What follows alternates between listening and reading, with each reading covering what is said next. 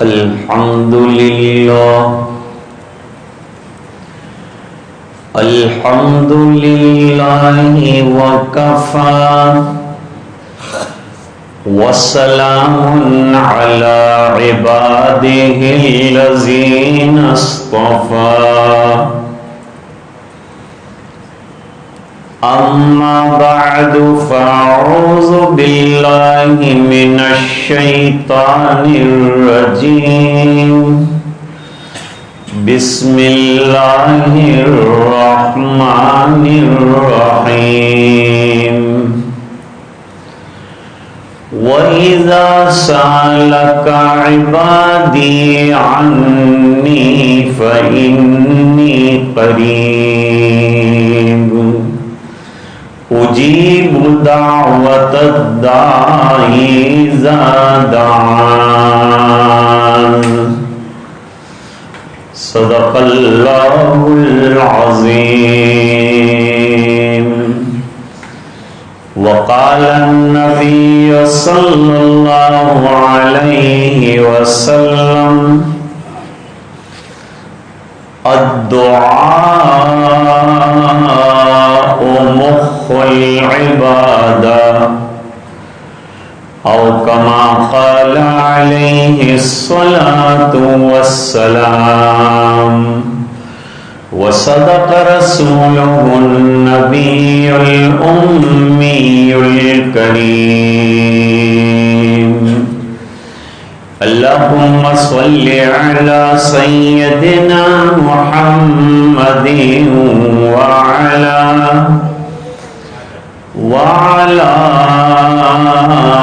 آل سیدنا محمد وبارک وسلم.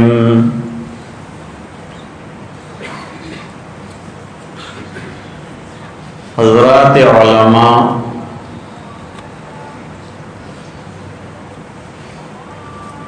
بزرگوں، دینی بھائیوں،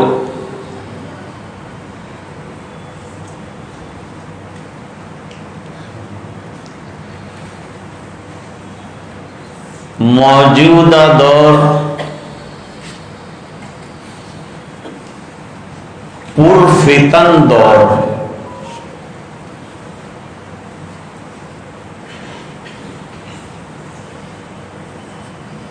ملک پر عام طور سے اور مسلمانوں پر خاص طور سے افتاد پڑی ہوئی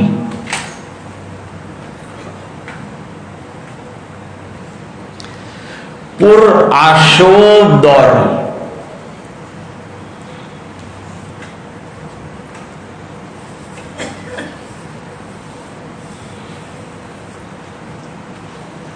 ایک فتنہ تو وہ ہے جو انسانوں نے بنایا ہے، خود ساختہ ہے،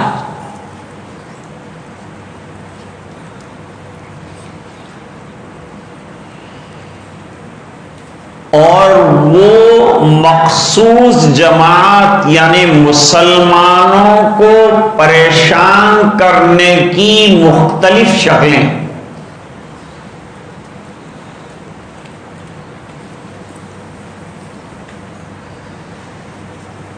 جس نے مسلمان کو مظلوم کے خانے میں کھڑا کر دیا،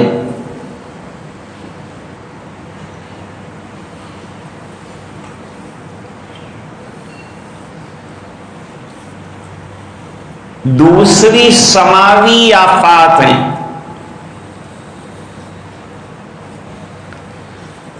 جیسے زلزلے ہیں، سیلاب ہے، طوفان ہے.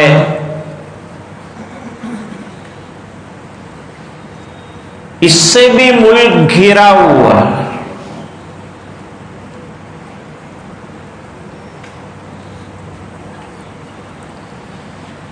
اتنے شدید حالات میں ہمیں کیا کرنا چاہیے؟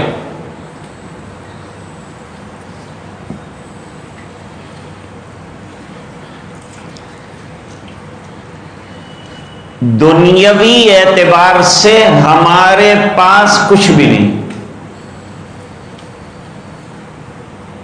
جو ہے وہ کام نہیں آ رہا ہے۔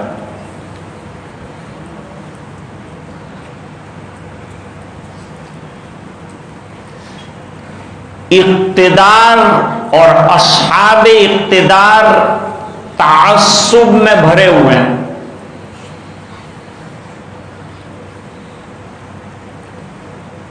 سنگ دلی کی انتہا ہے۔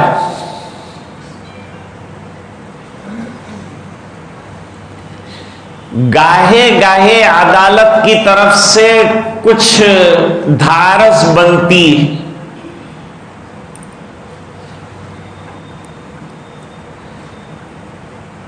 اور جسے حفاظت کرنے والا دنیاوی اعتبار سے کہا جاتا ہے وہ خود بھی ہمارے ساتھ نہیں، وہ چن چن کر مسلمانوں کے سینے میں گولیاں اتارنے میں لگا ہے۔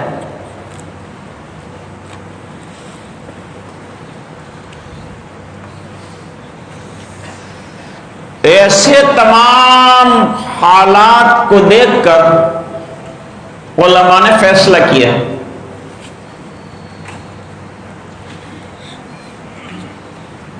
کہ قنوت نازلہ پڑھی جائے، ہر مسجد میں پڑھی جائے،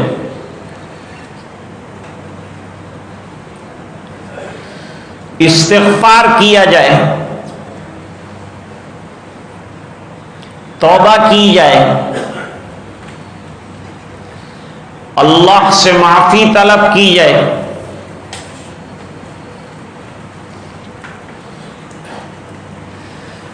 بیر معونہ میں 70 صحابہ کرام کو مظلومانہ دھوکے سے شہید کیا گیا۔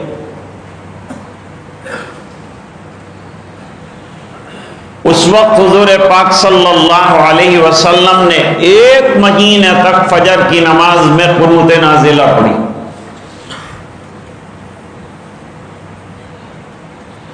جس سے احناف اس طرف گئے کہ جب بھی حالات نازلہ آئیں تو قنوت نازلہ پڑھی جائے۔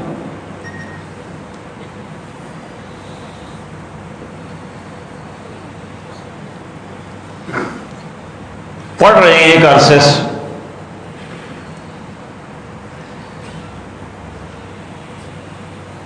سوال یہ ہے کہ یہ جو قنوت نازلہ ہے، استغفار ہے، دعائیں ہیں، ختم خواجگان ہے، یہ سب کر رہے ہیں، کوئی اثر نہیں ہو رہا ہے، کوئی فائدہ نظر نہیں آ رہا ہے، ظلم کم نہیں ہو رہا ہے، حالات بگڑتے ہی جا رہے ہیں،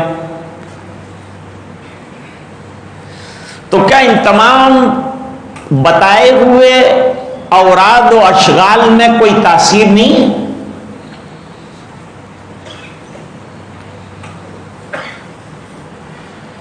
یقیناً پر تاثیر اوراد و وظائف بتائے گئے ہیں، اور ہم کو کرنے بھی چاہیے۔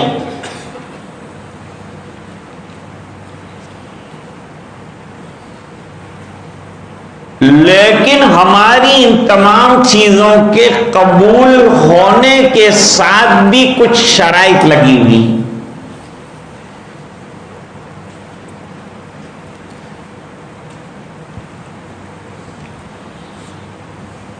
کتنی بھی آپ قنوت نازلہ پڑھ لو، کتنا استغفار کر لو، توبہ کر لو،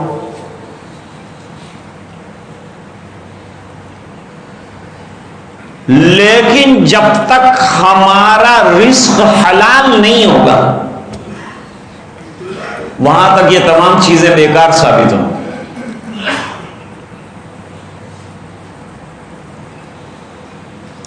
چنانچہ اس سلسلے میں صریح حدیث ہے جس پر کوئی اشکال نہیں۔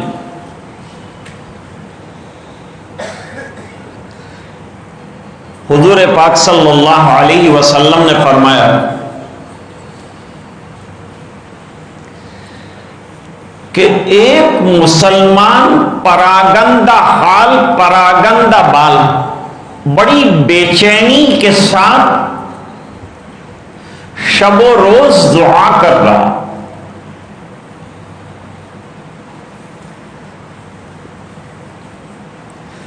پراگند حال، پراگند بال کے معنی بڑی بے قراری کے ساتھ دعا کر رہا ہے، یکسوئی کے ساتھ کر رہا ہے. دعائیں یکسوئی کے ساتھ کرنی چاہیے. غفلت والے دل کی دعا اللہ قبول ہی نہیں کرتا.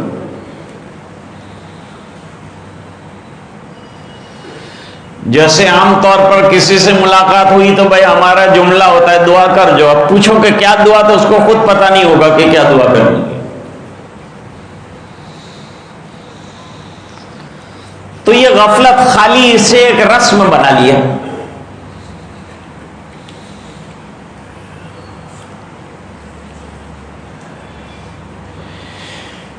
فرمایا یہ دعا کرنے والے کا کھانا حرام، پینا حرام، تمام چیزیں، لباس حرام، اور وہ دعا کر رہا ہے، اللہ دعا نہیں سنتا.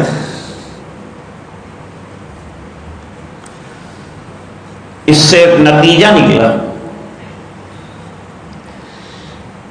کہ جہاں عبادات اور یہ تمام چیزیں ہماری شدید ضرورت ہے، وہاں اکل حلال بھی ضروری ہے.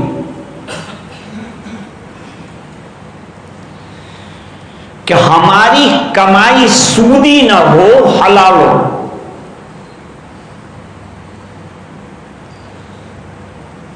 چنانچہ علماء نے لکھا کہ مال یعنی پیسے سے پیسہ بلا عوض کے حاصل کرنے کی اسلام ہمت افزائی نہیں کرتا، حوصلہ افزائی نہیں کرتا. سود لینے والا اور سودی نظام چلانے والا جو لے رہا ہے سود، وہ تو مالدار ہوتا جاتا ہے، اور جو سود دے رہا ہے وہ غریب ہوتا ہے.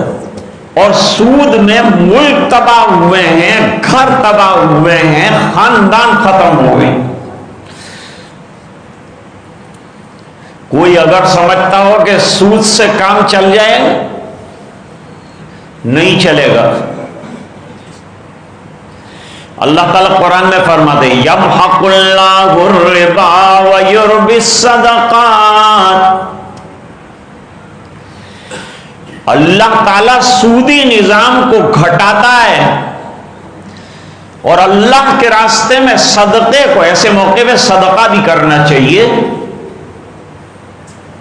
ایسے حالات نازلہ میں صدقات بھی کرنے چاہیے، نافلہ صدقات خوب کرنے چاہیے.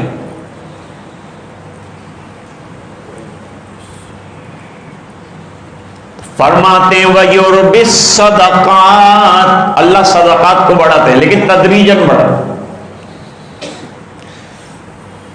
حدیث شریف میں بڑھانے کا طریقہ بتایا.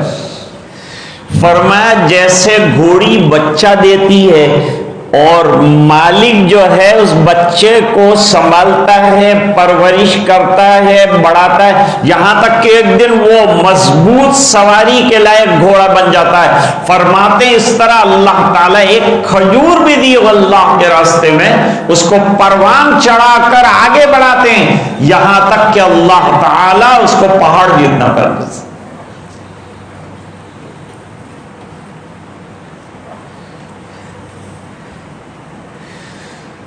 کسی کو ورم ہو جائے جسم کے اوپر، متورم، تو باڈی اس کی بھاری نظر آئے گی، لیکن ڈاکٹر اس کو بتائے گا کہ یہ ورم آیا ہے تیری باڈی پر، یہ صحت کی علامت نہیں ہے. اس طرح سود سے بڑھتا ہوا مال یہ اچھے مال کی علامت نہیں ہے. آج مسلمانوں میں سود کا نظام عام ہو چکا، بڑے لوگ پھنسے ہوئے ہیں، غربا پھنسے ہوئے ہیں. جلدی اس نظام کو ختم.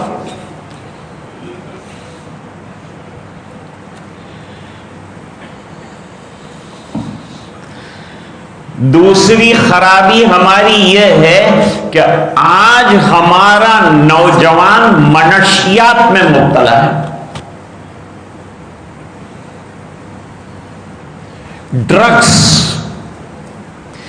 ڈرگس کے اندر نشے کی چیزیں آتی ہیں، اسی میں تمباکو نوشی اور سگریٹ نوشی بھی آتی. تمباکو تیسرے نمبر کا زہر ہے، اور سگریٹ پر لکھا ہے کہ زیادہ پینے سے وہ جسم میں کینسر کے بیکٹیریا پروان چڑھتے ہیں۔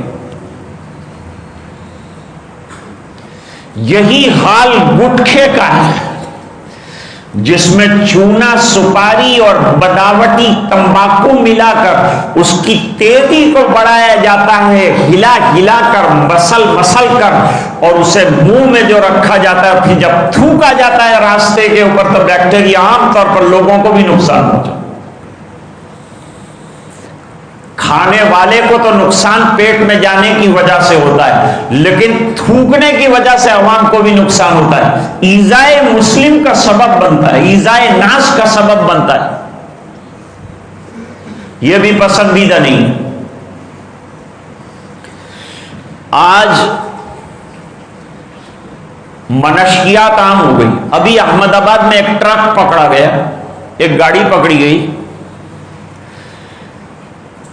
300 کیلو ایم ڈی پکڑا گیا۔ یہ خاص قسم کا ڈرگ ہے جو انسان کو نشے میں مبتلا کرتا ہے، نیندیں سلاتا ہے اور دماغ کو نشاط دینے کی کوشش کرتا ہے، لیکن نشہ اس کا اتنا خطرناک ہے کہ اس کی وجہ سے لوگ قتل و غارت گری مرد نہیں عورتیں کرتی۔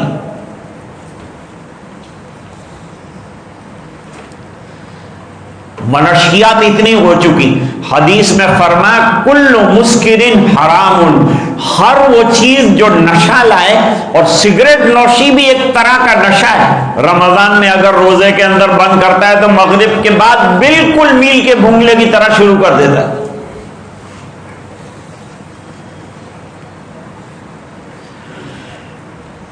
اب اس سے توبہ کر لو، رمضان تو اسی لیے دیا کہ ہمیشہ کے لیے بری عادتوں سے چھٹکارا نصیب ہو جائے۔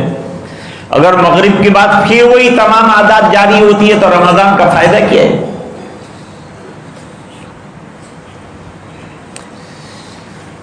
یہ جو آج کا اشکال ہے نا، میں اس کا جواب دے رہا ہوں۔ قنوت نازلہ پڑھ رہے ہیں، اتنے الہا اور داری کے ساتھ بندے آمین کہہ رہے ہیں، فائدہ کیوں نہیں ہو رہا ہے؟ وجہ اس کی یہ ہے کہ بندوں کے حق ہم مار رہے ہیں۔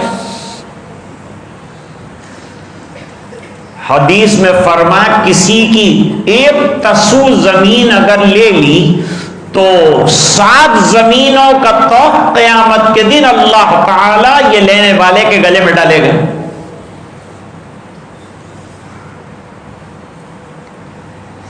منشیات کے عادی کی کوئی عبادت قبول نہیں ہے، اور توبہ کے بغیر جنت کا داخلہ نہیں۔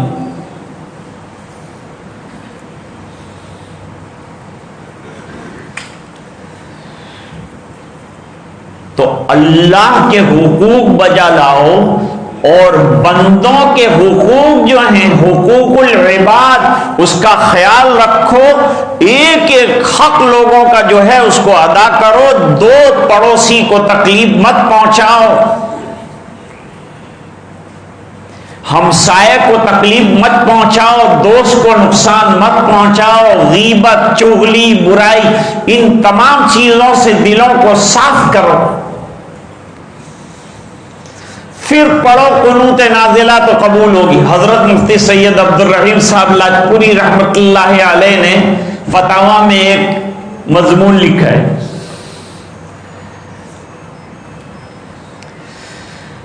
کہ کنویں میں جس میں پانی ہوتا ہے، پہلے زمانے کے اندر کنویں ہوا کرتے تھے اور لوگ اس سے پانی کھینچتے تھے، ڈول میں ڈالتے تھے، بدنوں میں ڈالتے تھے، لوٹوں میں ڈالتے تھے، اس سے وضو کرتے تھے۔ آج تو الحمدللہ اللہ تعالیٰ نے بڑی سہولتیں عطا فرمائی، تو بھی ابھی 100% نمازی نہیں ہے۔ کتنی سہولت چاہیے ہم؟ نبی کی مسجد میں چراغ بھی نہیں تھا، نہ بیت الخلا تھا، نہ وضو خانہ تھا۔ ایک مرتبہ مجلس ہوئی، نبی کریم صلی اللہ علیہ وسلم کی عصر کا وقت تھا، یا ظہر کا وقت تھا، مجلس ختم ہوئی، لوگوں کا وضو نہیں تھا، قریب والے اپنے گھر چلے گئے اور ادھر ادھر سے لا کر کے ایک بکیٹ کے اندر پانی جمع کر کے حضور کے سامنے پیش کیا گیا، آپ نے اپنی انگلیاں اندر ڈالی اور آپ کا معجزہ ظاہر ہوا، وہ 80 آدمیوں کے لیے وہ پانی کافی ہوا۔ پانی میں، کھانے میں برکتوں کے متعدد واقعات جو ہے وہ حضرت امام بخاری رحمۃ اللہ علیہ نے اپنی جامع میں نقل فرمائے، اور 400 صحابہ کرام نے معجزات کے جو واقعات ہیں ان کو نقل کیا ہے۔ یہ قدر مشترک تواتر میں سے ہے۔ تواتر کی جو 4 اقسام ہیں ان میں سے ایک قسم یہ قدر مشترک۔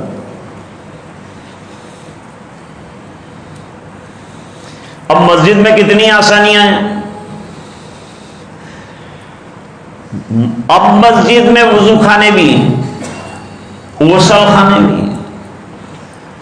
پہلے صحابہ کرام کو اعتکاف کرنا ہوتا تھا تو قضائے حاجت کے لیے گھر جانا پڑتا تھا، وضو کے لیے گھر جانا پڑتا تھا۔ اب معتکف کو کہیں نہیں جانا پڑتا، اب کھانے کے لیے بھی کہیں نہیں جانا پڑتا، کھانا بھی بالکل ریڈی آ جاتا ہے۔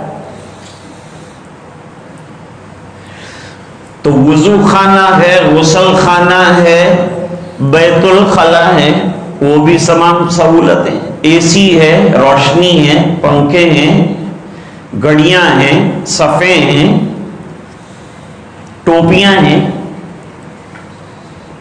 ٹوپی بھول کیا ہے وہ بھی، اور مسلمان بیچارہ اتنا بھولا ہے کہ گھر سے آتا ہے تو ٹوپی لانا بھول جاتا ہے، جاتا ہے تو مسجد کی ٹوپی رکھنا بھول جاتا ہے۔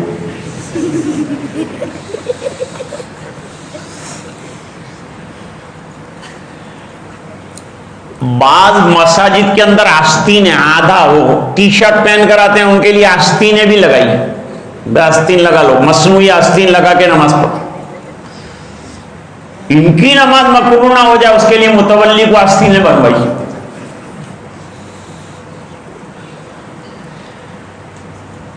ابھی افریقہ جائیں گے آپ کو بڑے ستار العیوب کوٹ رکھے ہیں، وہ چونکہ ان شرٹ والے جو ہے پینٹ شرٹ پہنتے ہیں تو ان کے اوپر بڑا کوٹ جو ہے پہن کر وہ نماز پڑھ لیتے ہیں۔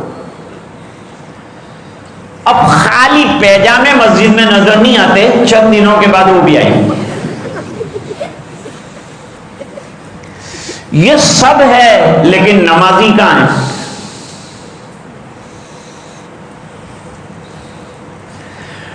ارے لوگ بیچارے ہم کو سوال کرتے ہیں حضرت مہدی کب آئیں گے؟ میں نے کہا تو مہدی کی فکر کرتا ہے، امام بیچارہ مقتدیوں کی فکر کرتا ہے کہ مقتدی کب آئیں گے۔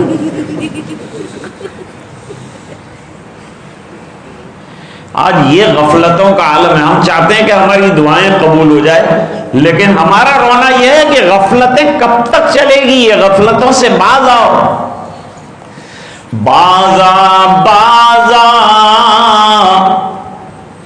ہر آنچ ہستی بازا، گر کافرو گبرو بت پرستی بازا، ای درگاہ کے ماں درگاہ کے نا امیدی نے، صد بار گر توبہ شکستی بازا۔ شاعر کہتا ہے آ جا، واپس آ جا، لوٹ جا، کوئی جگہ نہیں ہے، کوئی تجھے ٹھکانہ دینے والا ہے۔ لا ملجا ولا منجا من اللہ الا الیہ، نہ کوئی پناہ گاہ ہے تیری، نہ کوئی ٹھکانہ ہے تیرا، صرف اللہ کا دربار ہے، وہیں آ جا۔ تو کافر رہا، بت پرست رہا، سچی توبہ کر کے ایمان میں داخل ہو جا، اور 100 بار توبہ توڑ چکا ہے تب بھی اسی دروازے پہ آ جا، کوئی اور دروازہ نہیں دے۔ تو حضرت مفتی صاحب نے ایک عجیب واقعہ لکھا ہے، ایک مثال دی۔ ہمارے حالات کیا مثال ہے؟ اللہ والوں پر اللہ تعالیٰ ایسا دین کھولتے ہیں تو چشم کشا ہوتا ہے، ان کے لیے مثالیں دینا بھی چشم کشا مثالیں دیتے ہیں۔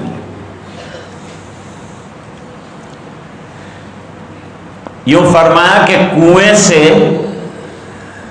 پانی نکال کر لوگ وضو کرتے تھے، اس کنویں کے اندر چوہا گر گیا۔ جب چوہا کنویں میں گر گیا، مر گیا، مسئلہ پوچھا گیا تو بتلایا گیا کہ بھائی پانی جو ہے 20-30 ڈول نکال دو، کنواں پاک ہو جائے۔ گئے انہوں نے کنواں سے جو ہے 20-30 ڈول پانی نکال، پھر آئے حضرت مفتی صاحب سے پوچھا کہ ہم نے 20-30 ڈول پانی نکال دیا، کنواں پاک ہو گیا۔ تو مفتی صاحب نے پوچھا کہ وہ چوہا نکال، کہ نہیں چوہا اندر۔ یہ ہنسنے کی بات نہیں، یہ امت کے حال کی بات ہے۔ امت کا حال یہ ہے کہ دل کے جو بگاڑ ہے اس کو تو دور کرتے نہیں۔ لوگوں کے لیے کینے ہیں، کپٹ ہے، بغض ہے، عداوت ہے، کتنی برائیاں ہیں، کس کو بیان کیا جائے۔ تن ہما داغ داغ شد بمبا کجا کجا نے ہم، کیا کیا بیماریاں بتائی جائیں۔ آج ہمارا جوان نکڑوں پر موبائل لے کر رات کو 2 بجے تک بیٹھا رہتا ہے۔ اکیلا میں سفر کر رہا تھا، کسی جگہ میں نے دیکھا تنہا ایک آدمی بیٹھا ہے کھیت کے اندر، لیکن وہ بھی موبائل میں مصروف ہے۔ فجر کی نماز چلی جائے دوستو، ایسا موبائل کیا کام کا ہے؟ کیا چیٹنگ کرتے ہیں آپ؟ اس پر بتلائیے۔ اپنے وقت کو ضائع مت کیجیے، رات کی قیمتی وقت کو کام میں لگائیے۔ حدیث شریف میں فرمایا کہ عشاء کے بعد فضول باتوں میں نہ لگیں، منع فرمایا ہے۔ اور اگر کوئی کام کاج ہے، دینی باتیں ہیں تو سننے کی اجازت ہے، جیسے کہ آپ بیٹھے۔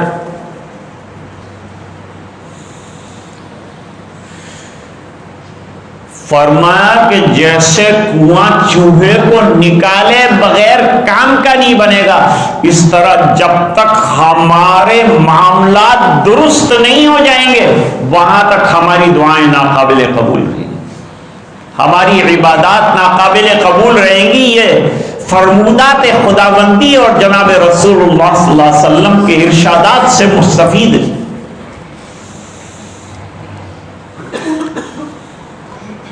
8:40 پر اذان ہے۔ میں ایک واقعہ سناتا ہوں، بات اچھی طرح سمجھ آ جائے۔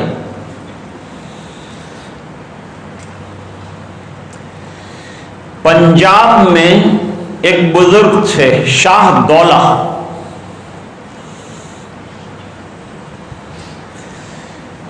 بارش کا زمانہ تھا۔ پنجاب کو پنجاب اس لیے کہتے ہیں کہ پنج آب یعنی 5 بڑی بڑی ندیاں بہتی ہوں۔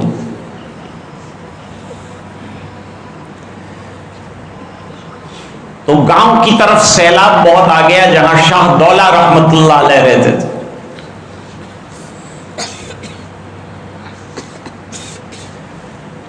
لوگ حضرت کے پاس پہنچے، یہ لمبی تقریر ہے۔ حضرت سیلاب آ رہا ہے، ماشاءاللہ آنے دیجیے، اللہ کا حکم ہے۔ کہ حضرت ہم لوگ تباہ ہو جائیں گے، سیلاب گاؤں میں آ جائے گا، پانی آ جائے گا، گھر ڈہ جائیں گے۔ ابھی سیلاب کے ویڈیو دیکھ رہے ہوں گے آپ لوگ، بڑی تباہی مچاتا ہے پانی۔ پانی اپنے کنٹرول سے چل رہا ہو تو زندگی کا اہم ضرورت ہے، اور اگر حد سے بڑھ جائے تو موت کا عنوان ہے۔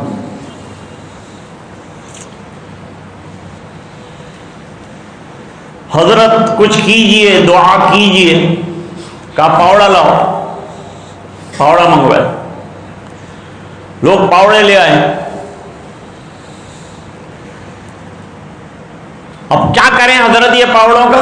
فرمایا سیلاب کدھر سے آ رہا ہے؟ کہ ادھر سے یوں سیدھا آ رہا ہے، کہاں سے ہی کھودنا شروع کر۔ لوگوں نے کہا حضرت یہ تو پانی بہت اور بھی زیادہ تیزی سے آ جائے گا، ادھر سے کھودیں گے تو اور پانی آئے گا۔ تو کہا اپنے کو یہی تو کرنا ہے، جب اللہ سیلاب لانا چاہتے تو اپنے کون ہوتے ہیں روکنے والے؟ جدھر مولا ادھر شاہ دولا.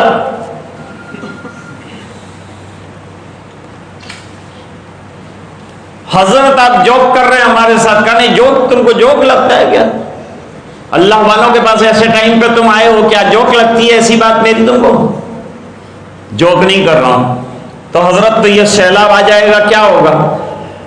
فرمایا آؤ میرے ساتھ چلو. سیلاب کو روکنے کا طریقہ بتاؤں. سیلاب آ کیوں رہا ہے؟ ہمارے حالات کی وجہ سے آ رہا ہے، ہمارے گناہوں کی وجہ سے آ رہا ہے. یہ حالات جو آتے ہیں نا، یا تو ہمارے گناہوں کی وجہ سے یا امتحان.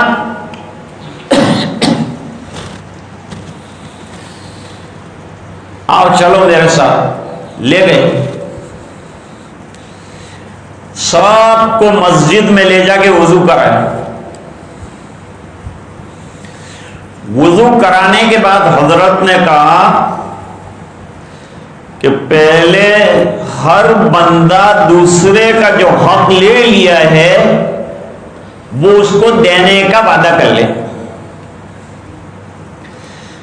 اور اللہ کے جو حقوق تلف کر دیے ہیں اس کو بجا لانے کا اللہ سے عہد و پیمان کر لے. تو حقوق العباد بھی پورا کرو، حقوق اللہ کو بھی پورا کرو. جب سب نے رو رو کر، ایسے موقع پہ آدمی مخلص ہو جاتا ہے،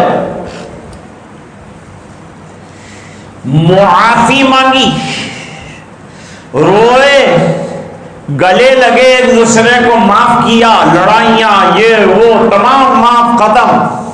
اب حضرت نے فرمایا کہ 2 رکعت پڑھو اور الحاح و زاری اور آنسو بہا کر اللہ سے مانگو سیلاب ہو.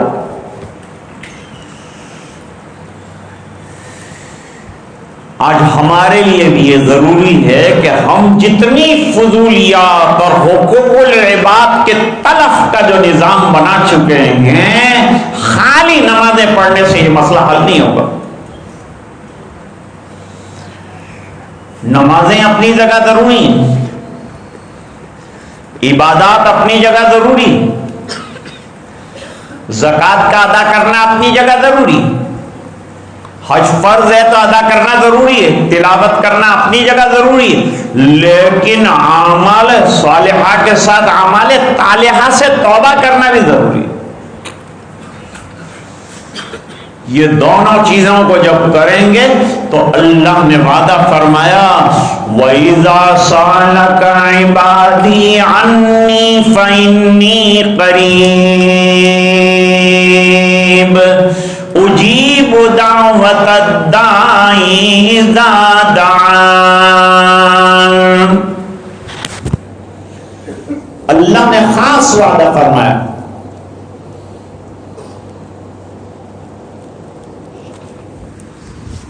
میرے بندے جب مجھ سے مانگیں گے، مانگو اسی سے، دینے والا وہی ہے. لوگ کہتے دعا قبول نہیں ہوتی، میں کہتا ہوں اگر اللہ سے نہیں مانگو گے تو کوئی اور دروازہ ہے جہاں مانگنا ہے؟ اس لیے مانگنا اسی سے ہے، اسی کے سامنے رونا ہے. لوگوں کے سامنے رونے سے کچھ فائدہ نہیں ہوگا، نیتاؤں کے سامنے رونے سے کچھ فائدہ نہیں ہوگا، پارٹیوں کے سامنے رونے سے فائدہ نہیں ہوگا، لیڈروں کے سامنے رونے سے فائدہ نہیں ہوگا. بندوں سے مت مانگو، بندہ پرور سے مانگو، اللہ سے مانگو، اللہ سے لینے والے بن جاؤ اور اپنے معاملات کو درست کر دو. تو اللہ نے دعا کے قبول کرنے کا وعدہ فرمایا. میرا تیرا وعدہ غلط ہو سکتا ہے، میرے پروردگار کا وعدہ غلط نہیں ہو سکتا. آج میں نے ایک حدیث بھی آپ کے سامنے پیش کی ہے. نبی کریم صلی اللہ علیہ وسلم نے فرمایا الدعاء مخ العبادہ، دعا عبادتوں کا کریم ہے، مغز ہے، لہذا اللہ سے دعا بھی کرو. جب آدمی اللہ سے دعا کرے گا اور دعا کے قبول ہونے کی شرائط کو پورا کرے گا تو اللہ تعالیٰ نے دعا کے قبول کرنے کا وعدہ فرمایا۔ ٹھیک 8:40 ہو گئے، 40 منٹ کا میرا بیان ختم ہو گیا۔ ایک اہم پیغام مجلس العلماء کی طرف سے مجھے آپ کو دینا تھا۔ بیانات تو یہ حضرات کرتے ہیں، میں نے تو آپ کے سامنے درد دل رکھا ہے اور وہ آپ کے سامنے بیان کیا ہے۔ اللہ تعالیٰ اس پر عمل کرنے کی ہمیں توفیق عطا فرمائے۔ وآخر دعوانا ان الحمد للہ رب العالمین۔ میں اب تو ختم ہو گیا۔